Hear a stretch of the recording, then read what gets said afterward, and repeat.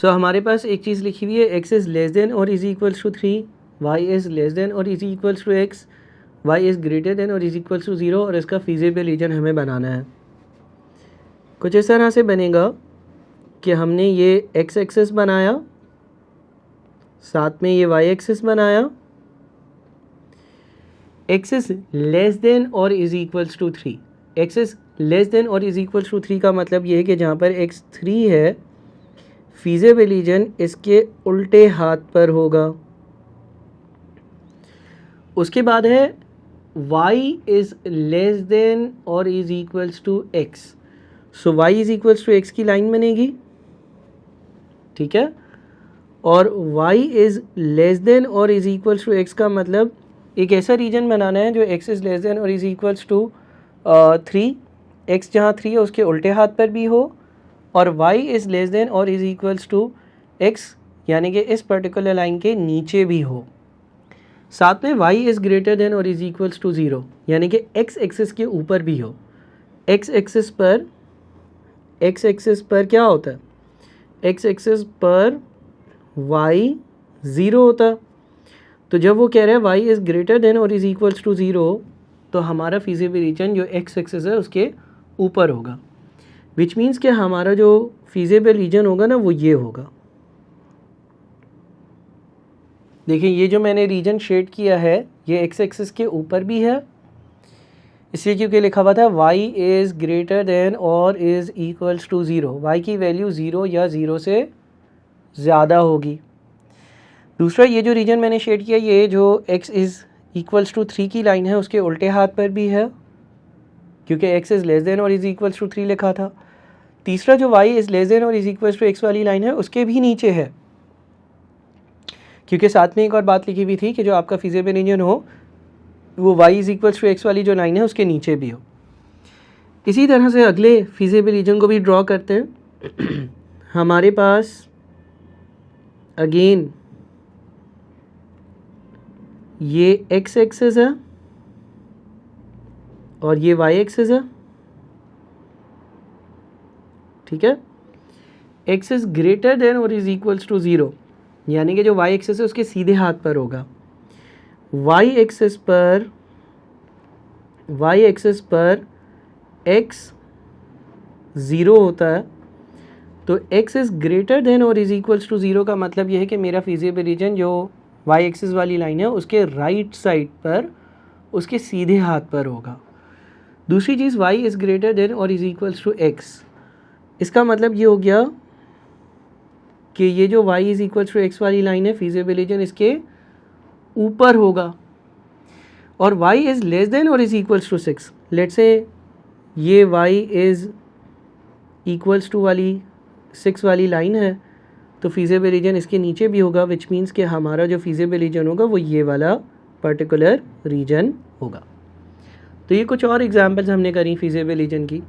Further एक और case करते हैं कि जिसमें हमारे पास एक स्ट्रेट लाइन का पूरा इक्वेशन आ रहा हो। लेट्स से लिखा हुआ है y is equals to 4x plus 2, y is equals to 4x plus 2। x की कुछ वैल्यूज़ लिखते हैं, 0, 1, 2, 3, 4, 5, और अब हम रेलेवेंट y की वैल्यूज़ ढूंढते हैं। जब x 0 होगा तो y is equals to 4x plus 2 में हम x की जगह 0 डालते हैं। 4 इंटू 0 इज़ 0 प्लस 2 आएगा। जब x 1 होगा तो 4 इंटू 1 इज़ 4, 4 प्लस 2 इज़ 6। जब x 2 होगा तो 4 into 2 is 8, 8 plus 2 is 10, 4 into 3 is 12, 12 plus 2 is 14, 4 into 4 is 16, 16 plus 2 is 18, 4 into 5 is 20, 20 plus 2 is 22। So ये जो particular y is equal to 4x plus 2 की लाइन है, ये 4x प्लस 2 की line in point से गुजर रही होगी, यानी कि ये वो लाइन होगी जो 0,2 से गुजर रही है, 1,6 से गुजर रही है, 2,10 से गुजर रही है, 3,14 से गुजर रही है, 4,18 से गुजर रही है, 5,22 से गुजर रही है। और अगर माइनस में भी हम जाएं, लेट से अगर मैं -1 लिख दूं, सो 4 इंटू -1 इज़ -4, -4 प्लस 2 इज़ -2। सो इससे पीछे ये -1, -2 पर होगी एंड सो ऑन, बहुत सारे और भी पॉइंट्स आ सकते हैं। मैं इस लाइन को अगर ड्रॉ करूं, जो कि हमने कोऑर्डिनेट ज्योमेट्री के चैप्टर में पढ़ा था, सो ये एक ऐसी लाइन होगी जो 0,2 से गुजर रही हो, 1,6 से गुजर रही हो, 2,10 से गुजर रही हो, 3,14 से गुजर रही हो, 4,18 से गुजर रही हो, 5,22 से गुजर रही हो, इस तरह की कोई लाइन होगी।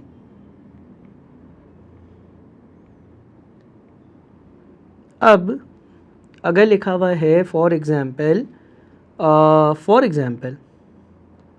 आपको सवाल बोलता है कि y is greater than or is equals to 4x plus 2 वाला एरिया शेड करो।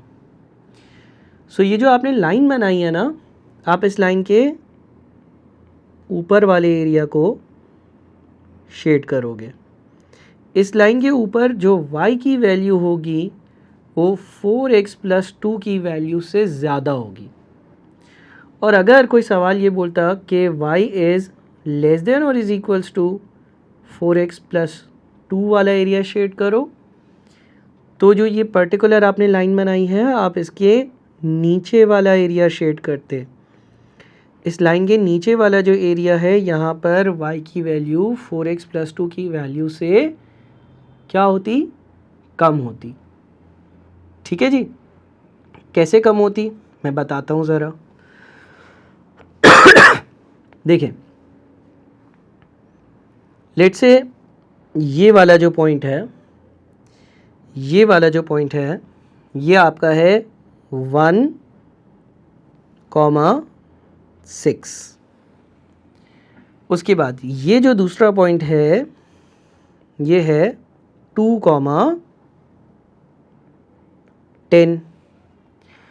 उसके बाद ये वाला जो पॉइंट है ऊपर से देखते हुए ये है 3,14। उसके बाद ये वाला जो पॉइंट है, ये वाला पॉइंट है आपका 4,18। ठीक है। इसी तरह से ये वाला जो आपका पॉइंट है ये है आपका 5,22। अब लेट से मैं एक पर्टिकुलर पॉइंट मार्क करता हूँ। लेट से मैं मार्क कर लेता हूँ ये वाला पॉइंट। ठीक है, इसको मैं ए का नाम दे देता हूँ। अब यहाँ पर अगर आप नीचे आकर देखते हो कि x की वैल्यू क्या है, तो ए पॉइंट पर x की वैल्यू है 3 और y की वैल्यू क्या है? y की वैल्यू देखने के लिए आप लेफ़्ट साइड पर जाओगे। सो y की जो वैल्यू है वो है 22, यानी कि ये वाला जो पॉइंट है ना, ये है x is equals to 3, y is equals to 22। अब हमें ये बात याद रखनी है कि हमें इन दो को कंपेयर नहीं करना, हमें ये लिखा गया था वो एरिया शेड करो जहाँ पर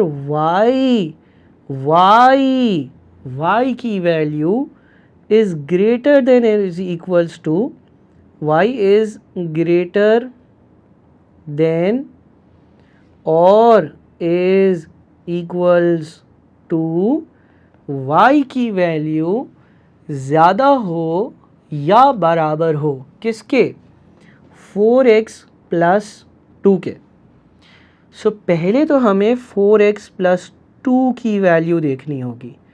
अब 4x प्लस 2 का मतलब ये हो गया कि ए पॉइंट पर जो कि मेरे उस रीजन में आ रहा है जो इस पर्टिकुलर इनइक्वालिटी ने बताया, उस ए पॉइंट पर x की वैल्यू 3 है, y की वैल्यू 22 है।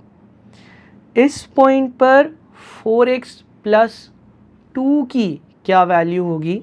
इस पॉइंट पर 4x प्लस 2 की वैल्यू निकालने के लिए 4 इंटू 3 प्लस 2 करेंगे और हम 14 लिखेंगे, क्योंकि इस पॉइंट पर अगर x 3 है, इस पॉइंट पर अगर x 3 है तो 4x प्लस 2 में x की जगह हम 3 डालेंगे।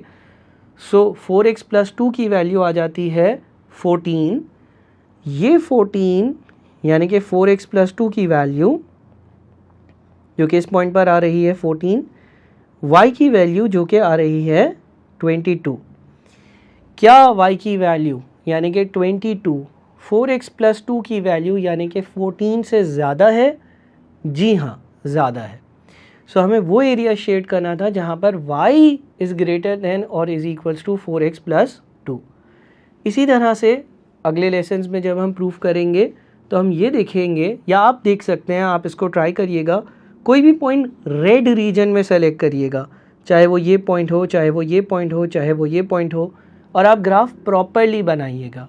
और उस रेड पॉइंट पर जो x की कोई वैल्यू होगी, y की कोई वैल्यू होगी, आप 4x प्लस 2 की वैल्यू निकालिएगा और रेड एरिया में जो भी आपने पॉइंट सेलेक्ट किया उसकी जो x की वैल्यू है उससे जो 4x प्लस 2 की आपने वैल्यू निकाली है उसको जब आप y की वैल्यू से कंपेयर करोगे ना तो आपको पता चलेगा y कम है और 4x प्लस 2 ज़्यादा है। आई रिपीट, y कम होगा, 4x प्लस 2 उस पॉइंट पर ज़्यादा होगा। जैसे जैसे हम आगे बढ़ेंगे तो मज़ीद एग्जाम्पल्स के साथ इंशाल्लाह क्लैरिटी आएगी। यहाँ तक चीज़ें ज़रूर अच्छे से कॉपी करें और फिर अगले लेक्चर पर बढ़ें। Thank you so much.